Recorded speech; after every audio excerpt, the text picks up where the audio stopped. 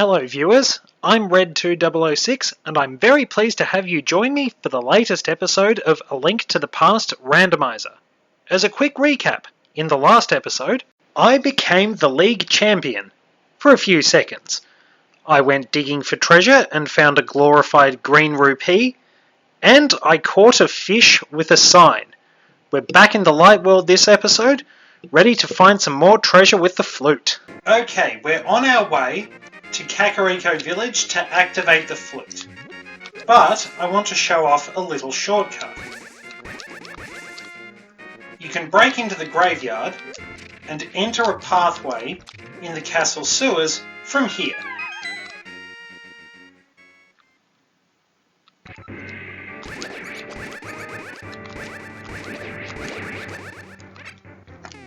Bomb or charge down that wall, and you'll find 3 chests.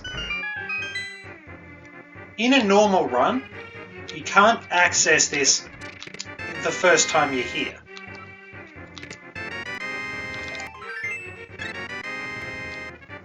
In that first recording I did, this was where I found the Titan's Mitt, and this was where I found the Pegasus boots. Not too shabby, given that I'd already acquired the Power Glove just a few chests before. If you have a key, you can go back there and get to one of the chests. Otherwise, proceed out as you normally would.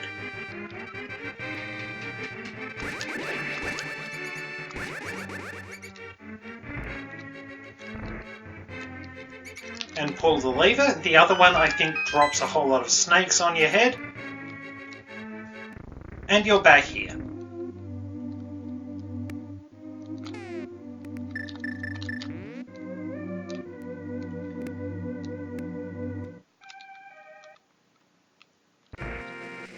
Music has been an integral part of the Zelda series.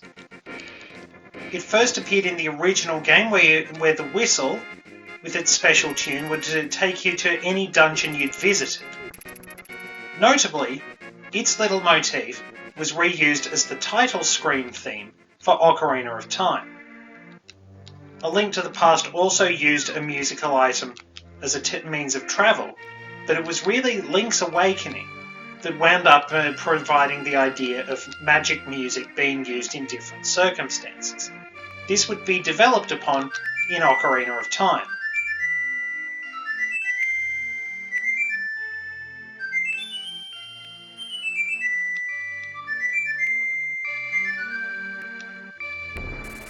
And the weather vane shatters free to reveal a duck. Interestingly, a weather vane is also connected with a bird in Link's Awakening. That time, it's the rooster, which will help you fly around much like a cuckoo would.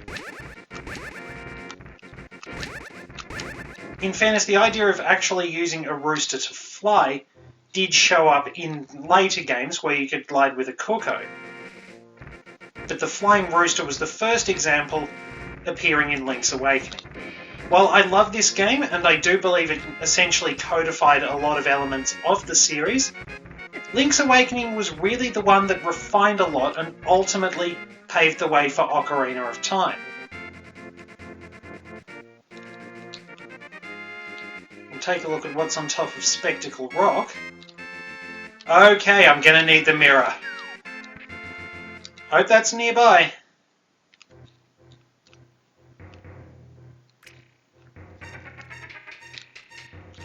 Spectacle Rock, for a bit of trivia, was also the site of the final dungeon in the original Legend of Zelda. It was located near that game's Death Mountain. Alright, I can go back to Kakariko Village and grab the item from the Mad Batter as well.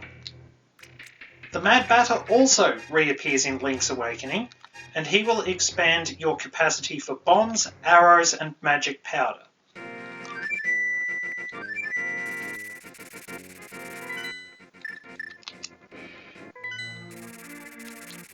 You do have to go out of your way to find him though. There are 3 different locations around the area. And I'll also stop off at the bug catching kids now that I have a bottle.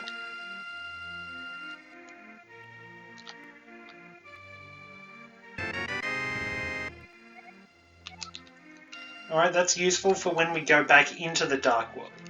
Skull Woods is fairly easy to navigate, and you can save yourself a couple of keys.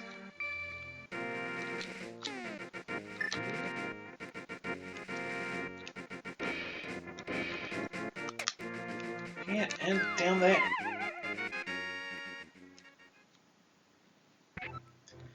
Head on up and use the magic powder. In both of his appearances, the Mad Bat does appear to have multiple personalities. He'll switch between aggressive and apologetic and polite.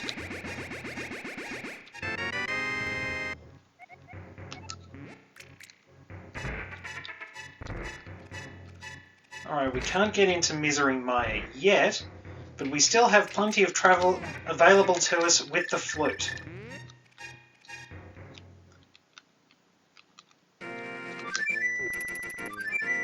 And while that guy tries in vain, we're heading up to the potion shop. You can heal yourself by talking to the assistant inside, but we're looking for the Waterfall of Wishing.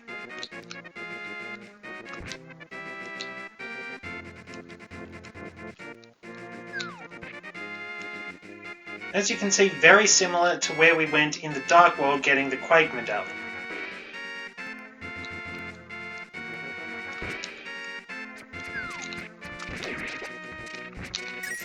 And if you have 500 rupees, you can go and take a gamble on what King Zora has.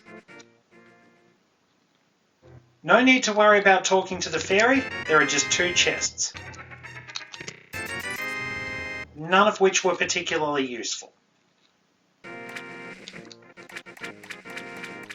Also, if you head down here, take this whirlpool, if I can actually get into it, you will find yourself at Lake Hylia. Grab some capacity upgrades there, or swim around and talk to the man who lives under the bridge. You'd find a bottle there in the regular game. As to what we get, guess we'll just have to see. Swimming has slightly floaty controls, but on the whole it's not too bad. The Game Boy Advance remake added the ability to dive to avoid attacks. Interestingly, it also added a warp point for the flute up near Turtle Rock, which you could only get once you'd opened the dungeon. It was very useful and saved a lot of backtracking.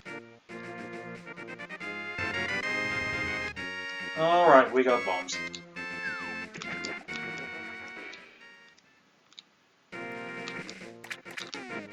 So let's do a quick rundown of what we have. I think our next destination should be Skull Woods.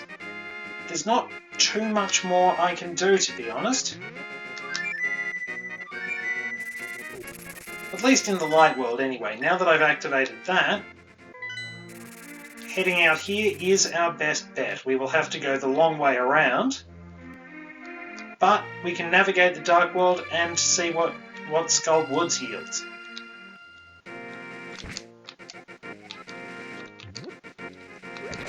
Signs, always a good impromptu weapon. And speaking of signs, there is an NPC in Oracle of Seasons, I think it is, might appear in Oracle of Ages as well, who will actually keep track of how many signs you've destroyed. I believe you actually got a ring in that game for destroying a certain number of signs. It was just a cosmetic award, really, but an interesting bit of trivia.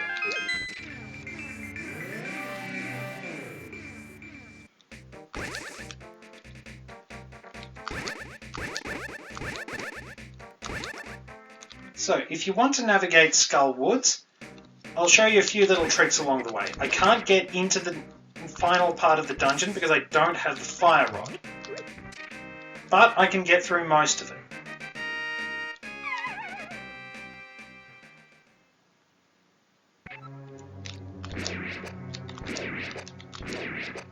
This part does lead you to a couple of chests you'd normally have to use a key to get, assuming I don't fall off the edge.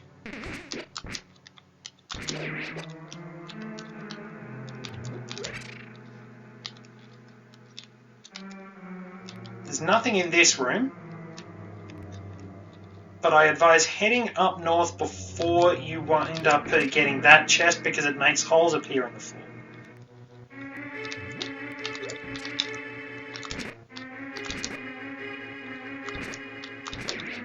And you also want to be careful of wall masters. I'll take a hard container. Thankfully one didn't fall, but if they do land on you, back to wherever you entered the dungeon.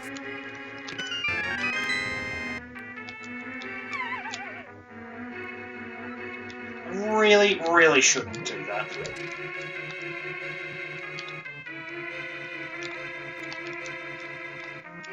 Anyway, through here, I believe the chest in this room always holds a key, in case you stumble in here and get a bit stuck. Like that guy who's just bouncing around.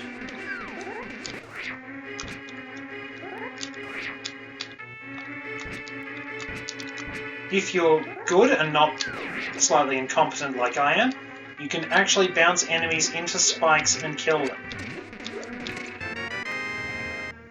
Yep, always a key so you don't get soft locked.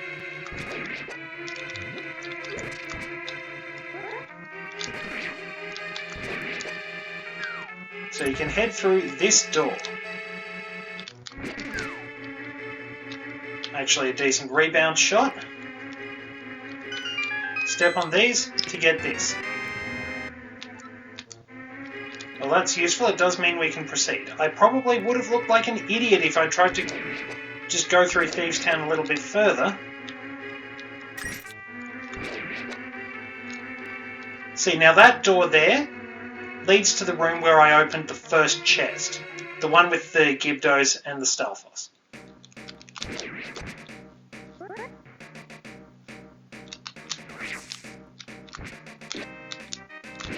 Navigate your way to this.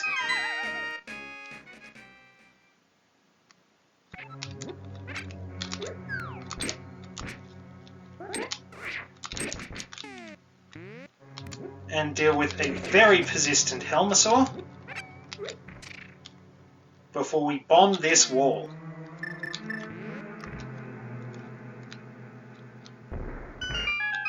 Once you do, step on these floor tiles, because otherwise you'll have to do some tricky manoeuvring.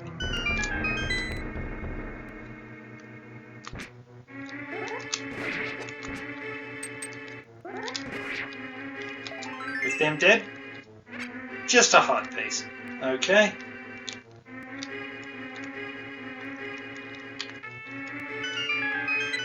And we can head down this way. Leads us back to where we exited.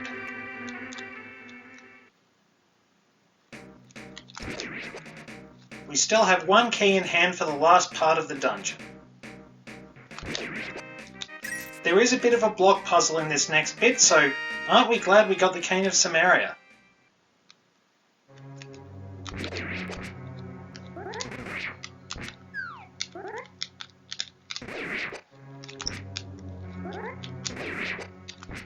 That one's down. And that one's down. Some magic is there for you to use.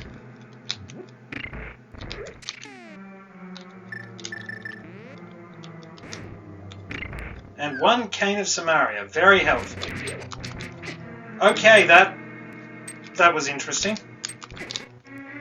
And of course, just as I'm trying to kill it, it electrocutes itself.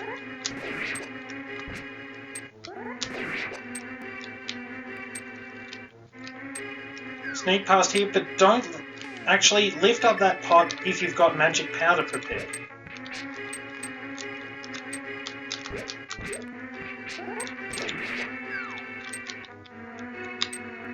Wait for the spike to get out of the way, so lift that, and there you go, one fairy. And the golden sword, which actually puts us in a slightly difficult situation if we want to complete the rest of this dungeon. Now, if you're running short on magic, bomb that wall.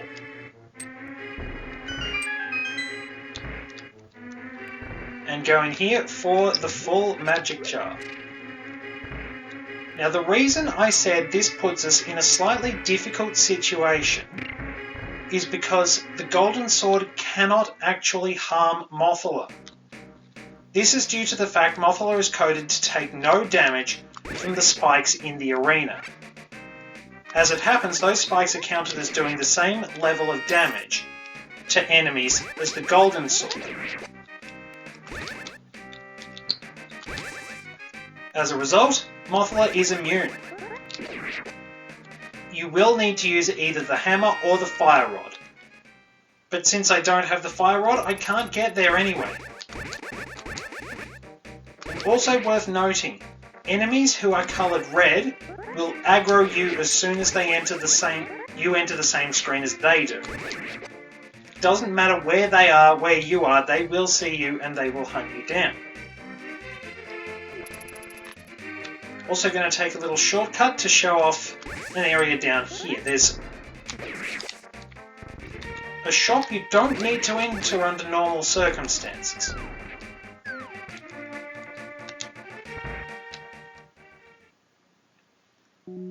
If you lose your red shield, you can buy one here, but it's still available in the randomizer. In the remake, this is a shield shop. You can even buy the mirror shield here, I believe. Now, you won't need to come here under normal circumstances. I've only done that just to show it off. Interesting bit of trivia for people, really.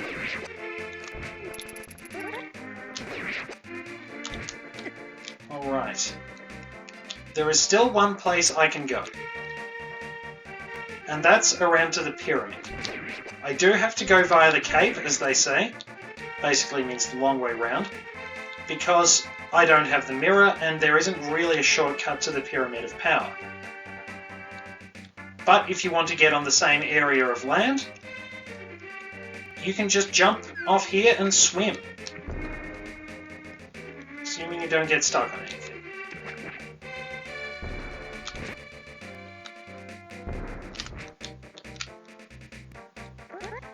Pity, I wanted to actually take that Hinox out. Oh dear. Yep, things are starting to crumble a little bit. You get to that point eventually. Anyway, once you have the 5th and 6th crystals, which are marked as red in your inventory, I don't have any obviously, you will be able to buy the super bomb and open the fairy fountain. Speaking of fairy fountains, I'm not in a very good way. I do have that fairy, but yes, you can buy the super bomb from the bomb shop where Link's house is, and you'll get a couple of items. It's not necessary as such. So what do we have around here? Okay. So once again, we've got precious little to go on. We have some good locations, but there's really not a lot I can do. I'll top my health up with the fairy. Oh, come on! That's rude! That's rude!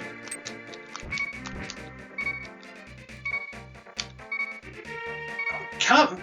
Ugh. Ah! You tease! Come back here!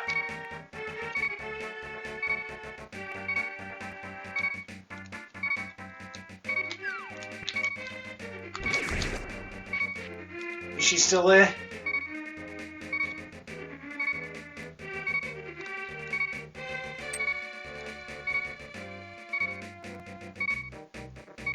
Gone. Of course! Of course! And I managed to get myself killed. Damn it.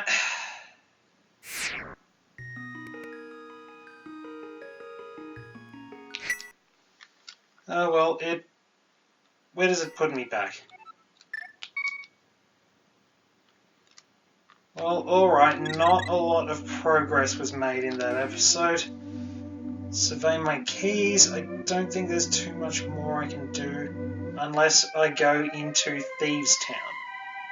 which I shall do in the next episode. Thank you very much for joining me, and I shall see you then.